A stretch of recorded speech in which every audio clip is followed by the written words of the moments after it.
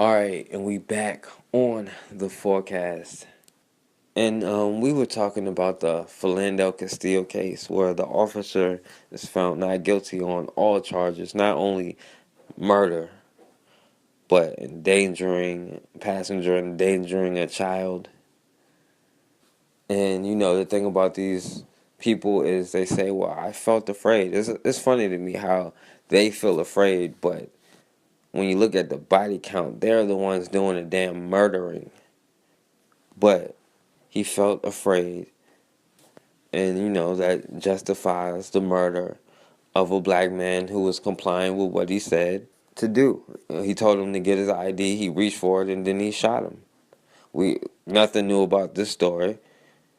And the thing about these people saying, I felt afraid. I felt like I was scared. They have always used that shit. And that's why people was getting on Christine Leahy. Because it doesn't have to be a cop. It could be anybody.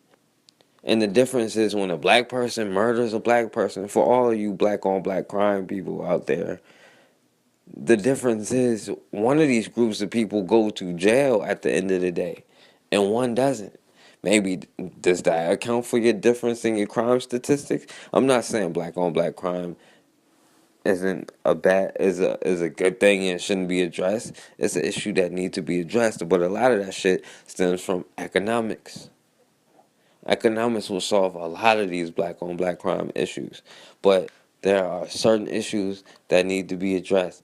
And what I'm noticing is in a pattern here is as soon as one case of a cop killing a black person is wrapped up and the person is found not guilty, we have another incident of a black person getting killed by the cops and another debate on whether it was justified or not. When really the problem is we have got to stop getting these black people killed by the cops. Even if we got to fucking anytime see an interaction, go there ourselves and witness it, and we all film the whole incident, or become the cops yourselves. Because believe me, the KKK people are going out to being cops. Not saying cops are KKK, but there are literally people who are KKK members who join the cops. But let's listen to this latest incident of a mother shot in front of her kids, a pregnant woman, in Seattle. Well, here at home, a mother of 4 shot and killed by police after they say she was armed with a knife. But tonight, the woman's family still has so many questions about how this happened. Annie Andrews is live for us at a memorial for the mom tonight. Annie. Yeah, we're right outside where this incident happened early this morning, and community members are coming out in droves, lighting candles, making signs to make sure that Charleena Lyles' family know that they are in their thoughts and prayers. Now, Charleena Lyles' siblings tell me the 30-year-old mother recently learned she was 3 months pregnant. They say she found out when she was arrested last week, and it's part of her long history with police that they say should have protected her from today's shooting. Take her to jail, take her to mental health. Take her to mental health. She has mental health issues. This video is shot moments after Moniqua Williams learned her sister was shot and killed by police. Her anguish is met with absolute disbelief. How is she a threat? What is she going to do to all you police? You big men. I can take her down. I know you can. This is 30-year-old Charleena Lyles. She's only like 80 pounds. Her brother says she's roughly the same size as her 10-year-old son. She's not big at all. It's why news of the shooting is coming as such a shock, because of her size and because of her history. Lyles is known to police. In fact, her family says she was arrested earlier this week on an unrelated incident and released. Police say it's the reason they sent 2 officers to her home instead of 1 on Sunday morning. Officers had dealt with this particular unit, this particular caller just recently. There was some hazard information in there, so that prompted a second officer to respond. The caller was Lyles. She asked for police to come to her house and take a report. Although police would not confirm what the hazard information said, her family tells us she has a history of mental illness, was formerly homeless, and trying to turn her life around. But when police got there, they say she confronted them with a knife. Both officers had to fire their service weapons, striking the individual.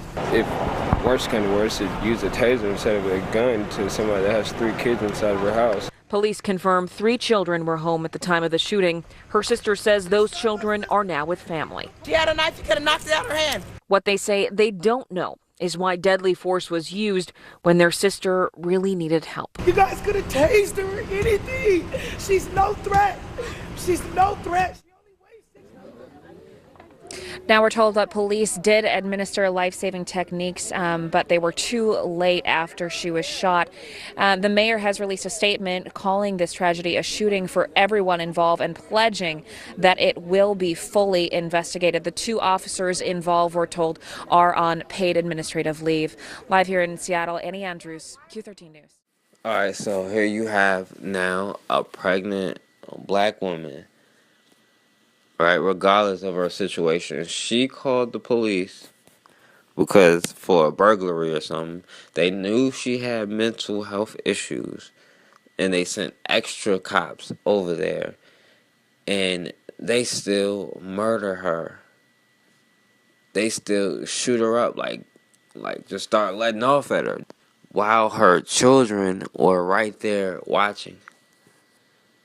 Now, again, show me a case where this has happened to a white person. For all the people who want to start out by saying race baiting or any of that shit, show me one case where this kind of incident happened to a white person. We have too many circumstances where this has happened to a black person. Now, we as black people have to see that they are trying to send us a message right now. Not trying, they are sending us a message right now. They are telling us nobody is safe. Your women, your children. We will kill any of you, and it will be justified in a court of law. And, this woman is dead here today. And we can continue to talk about it and talk about it and talk about it. But until we start doing it and getting on the same page and having each other's backs, economics and certain things like that only solve certain issues. It has to be a collective of all of these things to solve it. That is the problem that we are up against, right? It's not just economics, because we had our own economics, but people were still being hung and killed left and right. They still were stealing their fucking property. We had the lowest rate of single parents. We still had mass incarceration. We still had the same way of going to trial. Even though these things will help us to get on our feet, that is not the end of the road.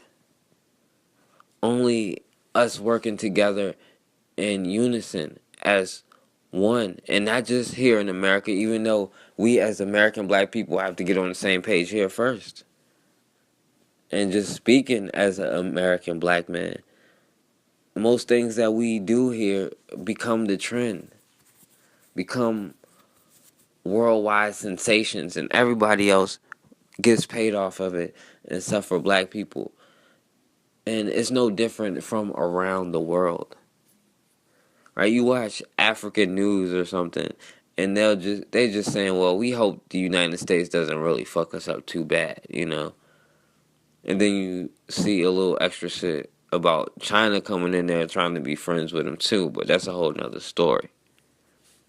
We as black people globally have to be on the same page. And that again with the whole Hispanic thing.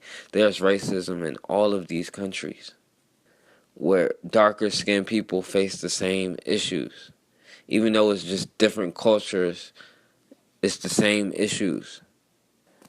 We have to realize, again, the root of this war is based off of resources, natural resources.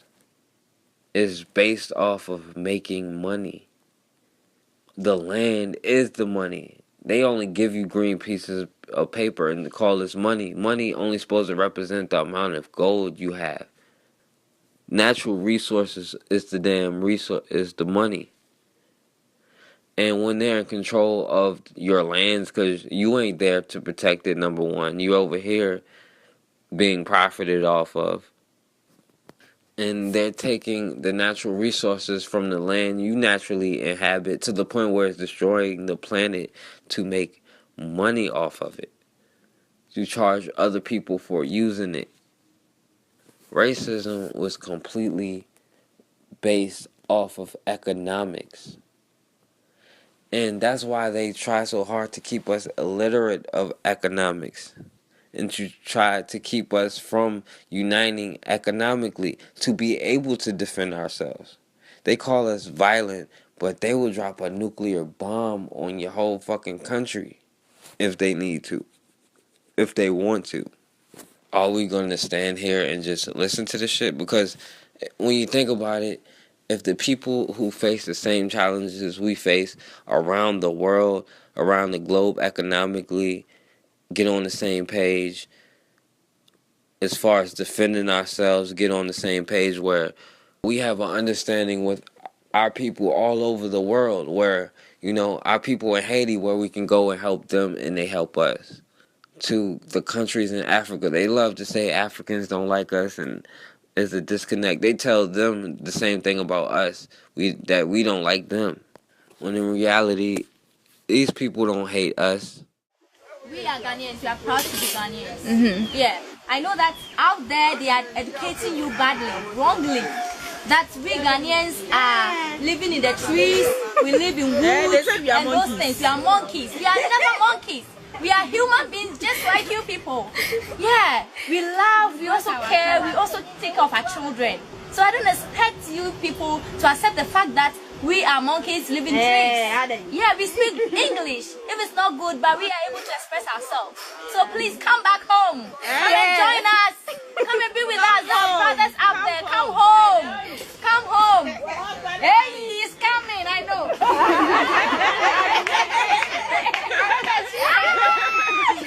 Come home and join your brothers here. Yeah. We would love to meet you here and, you know, to employ us, you know, to join you, work to develop Mother Ghana. Thank you so much, and we love you. Hello everyone, I'm Pap Ibrahim Low from Senegal, and this is my friend DJ from Nigeria, and this is where we stay in Dakar, way between Sokrim and Maris. Yeah, this is the beautiful view you get when you stand out here at the balcony. And yeah, that's where we pretty much stand every morning. You know, we welcome you all here, brothers and sisters, to enjoy this beautiful Africa. With us together, we can build a great Africa. And we would like to welcome you all to come back to Africa. Africa is for Africans. Yeah, you just have to come back because Africans is African. This is where you belong. We just have to put our house together and upgrade Africa. Man. Peace and respect. Thank you. But we have to be on the same page with them and help each other, or else we're going to keep facing these same issues. We're going to keep talking about these people, and they're going to keep doing horrific things in order to keep the dominance continuing. They catch the body, but you're the criminal. It's a tragic situation. You know, I hate to see stuff like this happen. Shouts out to Philando Castillo. Shouts out to this young lady up in Seattle who had mental health issues. The police knew that, but they still end up not treating it as such. I want to hear your opinion on it and more your solutions. What do you want to do? How can we end this divide and conquer thing that is the only thing keeping this whole white dominant society glued together?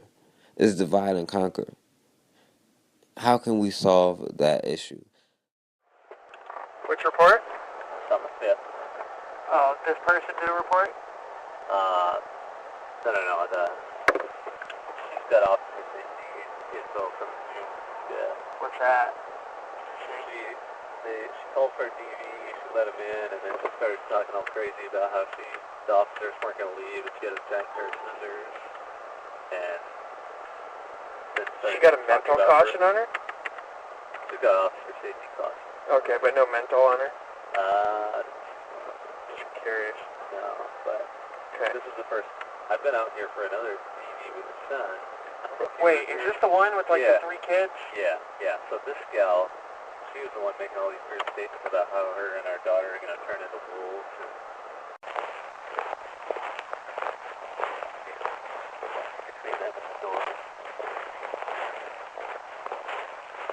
Oh, she didn't want to let them leave. Yeah. Oh, golly. Yeah. Don't let her behind us.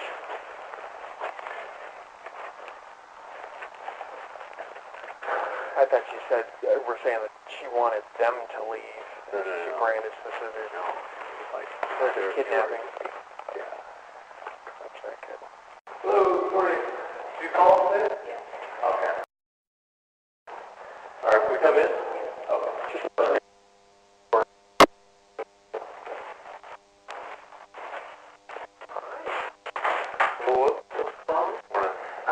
There was breaking.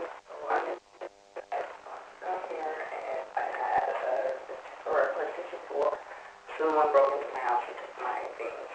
Oh. This the police? What's your... Yeah. But, I just ran out the store, so I left it unlocked. Okay. I didn't know where my key was at the time. Oh, okay.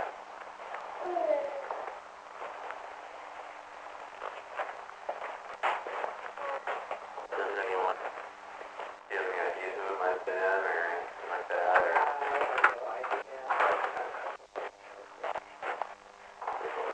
You said the door was unlocked? Yeah. Okay.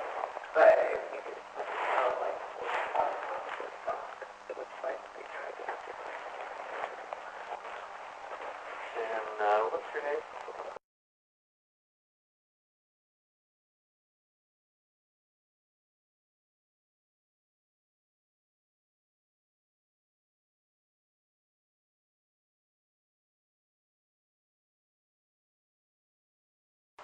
And then, contact number.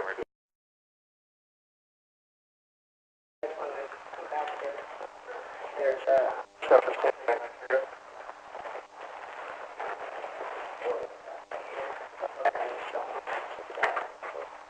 Is there anything else that are going through while you're gone? they went to the light.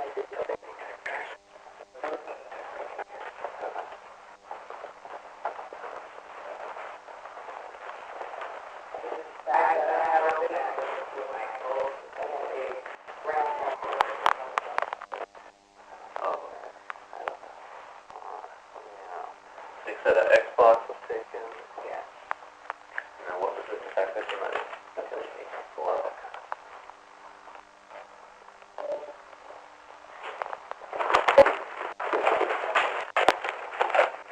Get back. Get back. That's better. Hey!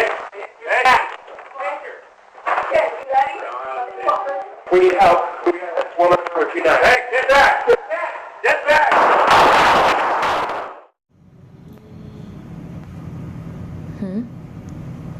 What's happening right now? Who's outside? The police. And what are they trying to do? It's charging. What are they trying to do? They trying to kill us. I'm sorry, dear. I can hear you. You said no? It's good.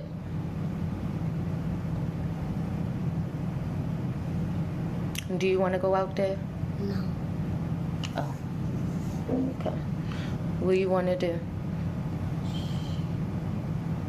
This.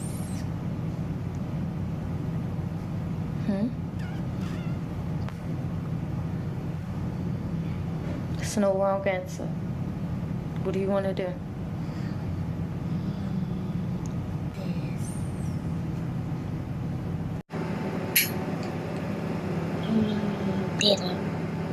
Đi đâu?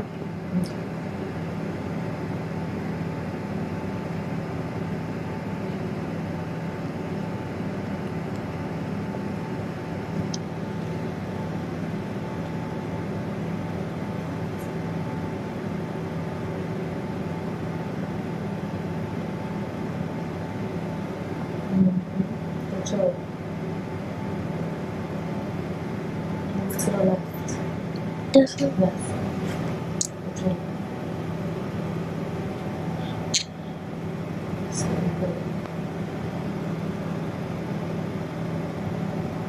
I can put this one.